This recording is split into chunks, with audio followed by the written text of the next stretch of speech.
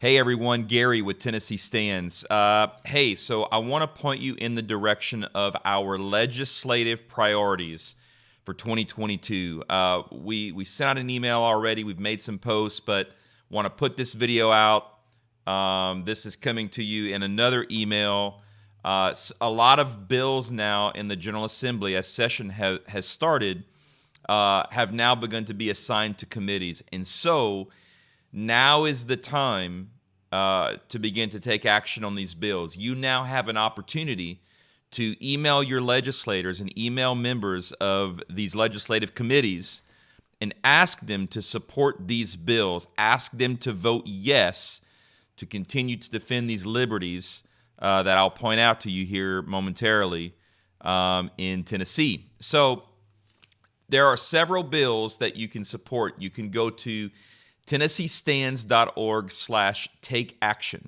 It's TennesseeStands.org/takeaction. These are all of the bills currently that we've looked through as far as what's been submitted to our legislature that we know that according to what many of you support that follow Tennessee Stands, these are the bills that get it done. So these are the ones that we're supporting. And any bill that's currently in committee, on that page, you'll see a take action button, and I'll go to that page and show you that. So let's go there. And there's several bills, as you can see. I can't remember how many we have on there, maybe roughly 10 or more. But I'll point out to you 4 of the primary bills that I believe you need to be watching. And the first one is the big kahuna in terms of medical discrimination, and that's Senate Bill 2151, House Bill 2452, sponsored by Senator Joey Hensley and Representative Terry Lynn Weaver. This is the Montana bill that we've been talking about off and on for several weeks now, all the way back to special session. And this is the bill that, if it passed, would end discrimination based on vaccination status here in Tennessee.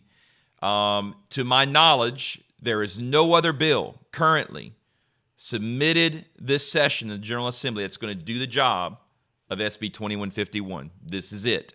This is our opportunity to fix this. And some things that you may not realize in terms of Title 14 and these protections that we passed in special session that supposedly make it illegal for employers to discriminate against you based on your vaccination status. But we've been getting calls and emails from you, and we know that's still happening all across the state.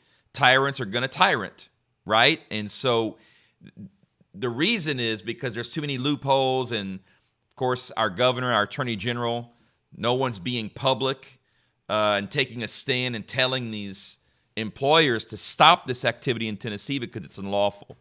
But one of the things that you need to remember, or a few things you need to remember: one, Title 14 expires July 2023. So your constitutional liberties currently go away in the state of Tennessee in 2023. Another problem to recognize is that Title 14 didn't fix everything. It only protects discrimination based on vaccination status for COVID-19. That's it. So I know we've been excited. We've been touting Title 14. We've been telling you to tell your employer about Title 14 to end all of this discrimination, but it's important to point out it only deals with COVID. So currently in the state of Tennessee, your employer can mandate that you have the flu shot or you get fired. They can mandate that you have a shot for hepatitis A or you get fired. They can mandate that you have a shot for chickenpox or you get fired. They can mandate that you take Tylenol or you get fired. Okay, so all of that is still legal in Tennessee. 2151 is like the Montana bill. It puts a stop to all of that. So in terms of the government cannot discriminate against you based on vaccination status or immunity status, by the way. That's important. Also, whether or not you are immune, whether you have antibodies, or whether or not you utilize an immunity passport, a vaccine passport. So it restricts the state from discriminating. It restricts an employer from discriminating and taking adverse action in terms of compensation, terms, conditions, locations, rights, immunities, promotions, and privileges of employment based on your vaccination status, immunity status, or whether or not you have an immunity passport. And it restricts places of public accommodation, restaurants, nightclubs, entertainment centers, hotels, grocery stores, on and on and on, from discriminating against you based on vaccination status. This covers vaccination status for anything and everything. This is not just about COVID. This is about medical freedom. This is about you having the right to choose what goes inside of your body medically in terms of a vaccination. Something else this bill does, which I think is really important to point out, is it would stop this unceasing testing industry and complex that we've now set up nationally and in the state of Tennessee. If this bill passes, if your employer, if there are no reasonable, by any reasonable standard, they're unable to perceive that you may have symptoms if you are not showing symptoms of a communicable disease, and they have no right to test you. So all of this weekly testing nonsense, like you're a lab rat getting poked and prodded, testing for anything and everything so that you can come to work, it's ridiculous. This bill makes that discriminatory in the state of Tennessee. Now, if your employer has a reason to believe that you might be sick, or you are visibly showing symptoms that you might be sick, certainly they can require that you get tested. But if you're just showing up to work and it's just a normal day and everything's fine, no testing. So we're looking to end that here in the state of Tennessee. Here's one of the big things the bill would do. What you realize right now is these employers are continuing to push the envelope because they're really not scared of the courts and they're not scared of lawsuits, apparently. So this bill gives the state now the ability to assess penalties directly to the employer without forcing you to pay for and go to court, which is ridiculous because by the time you've gone to court and a judge has adjudicated your case or controversy, you've already been fired. You've already been out of a job for 6 months to a year while your case is sitting in court and while you're just shucking out cash to an attorney. It's not right. So what would happen now is there are penalties assessed to employers who would violate the statute. If they violate the statute more than 2 times, it's $50,000 a pop that the state can assess for them violating this section of the law. So we believe that might be a plausible deterrent to many employers who are continuing to ignore state law. All right, so that's 2151.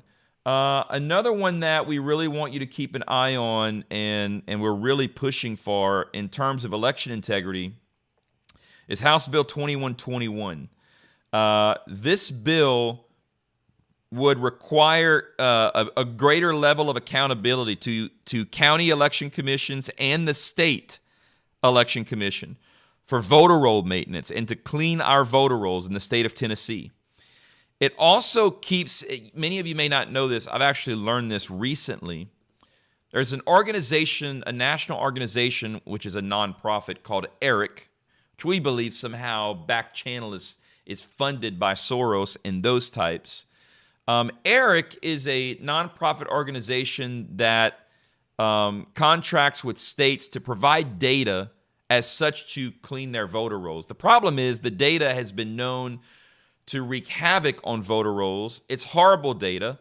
It allows a lot of people that should not be registered to vote, i.e., which is why we believe Soros is really digging into that organization through the back end. I think currently 33 states contract with ERIC. Tennessee is currently not one of them. I think even Louisiana who's currently part of ERIC, is working to opt out of the program. The issue with ERIC is this. When a state signs a contract with this organization, contractually, the state is obligated to keep the reports and the data that ERIC provides private. It's inaccessible to the public. We think that's actually illegal and unconstitutional. But this law would require any contract that the state may sign with a third party to provide a service, to provide data, to help us better clean our voter rolls. This bill would require any of those contracts to be publicly accessible and for the reports and the data to be able to be inspected by the public. It is critical we pass this bill because that would keep the state from being able to contract with organizations like ERIC. Coincidentally, the Democrats in Tennessee currently have a bill submitted in the General Assembly requesting that Tennessee contract with ERIC. Not shocking, is it, that that's currently submitted in our legislature? So we want support on this bill.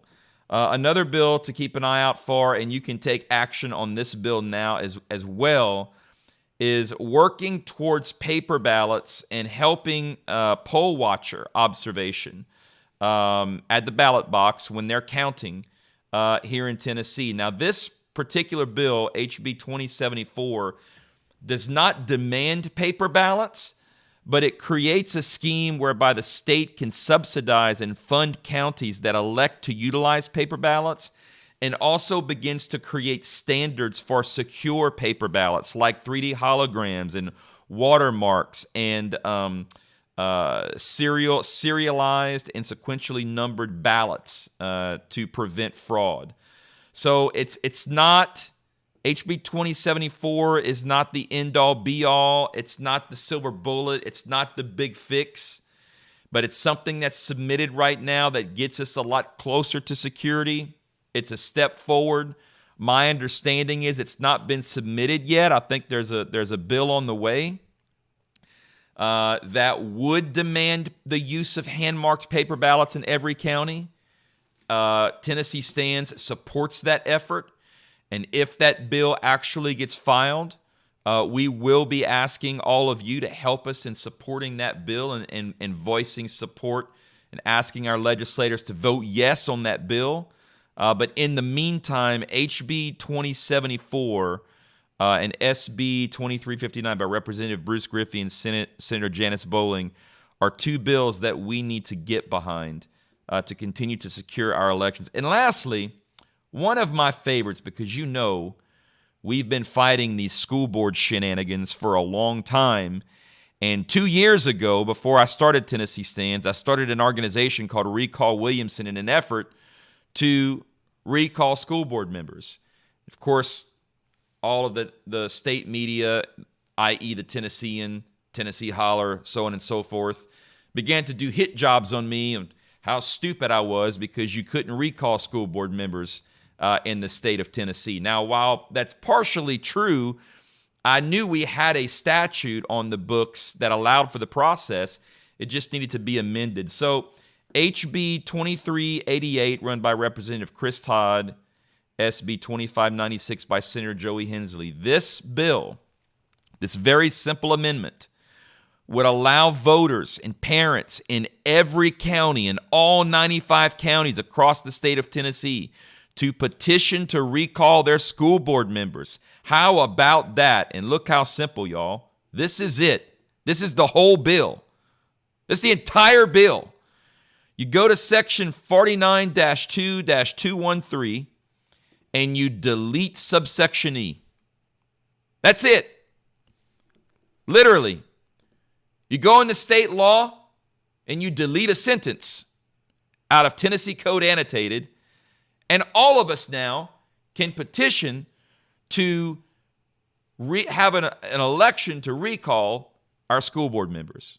That'd be amazing, wouldn't it? So we encourage you to support that bill. Again, you can go to TennesseeStands.org/take action. TennesseeStands.org/take action. And on that page, you'll see all of the bills that we support. And let's just say, for example, you wanted to take action on this school board recall bill. Take action to hold school board officials accountable. You click on take action. So it'll go to a page. Each of these bills has a page like this. This one in particular, urge members of the House and Senate Education Committees to support these bills. Put your name. You must put your address. We have to verify that you are a Tennessee resident. And then you're able to send an email to every single legislator that is on these committees and voice your support. We have some content here that's already pre-filled for you for the email, but we strongly encourage you. You can erase all of this. You can use this. You can add to this. But it's a great idea anytime you're sending these action alerts and these emails to your state legislators to personalize these emails. So if one of these bills, one of these issues is really important to you and you can attach a personal story to it, that's always super helpful. Always remember to be courteous. These are your state representatives. Some of these folks that you're sending emails to, they are already on your side. So you want to respect that, of course. They're already fighting for you, some of them. So just make sure to be firm, right? We want these representatives to do their job and represent the interest of Tennesseans. But we also want to be courteous. We want to invite them to the light, to see the light, all right? Thank you all for everything you do. I'm excited about this legislative session, really hoping to get some things done. Thank you for following. Make sure to subscribe to our email list. Get your friends and family to go to TennesseeStands.org and subscribe to our email list. As always, we cannot do this without your financial support. You can go to TennesseeStands.org, click on that donate button, a one-time contribution. You can donate to us monthly. All of these resources, all of the time and effort we're putting into watching these bills, creating this opportunity for you to be able to click a button and email your legislators. Just telling you, there's a cost attached, okay? And we need your continued support. We can't do this without you. Go to TennesseeStands.org/take action and take action on these bills today. And let's see what we can get done in 2022.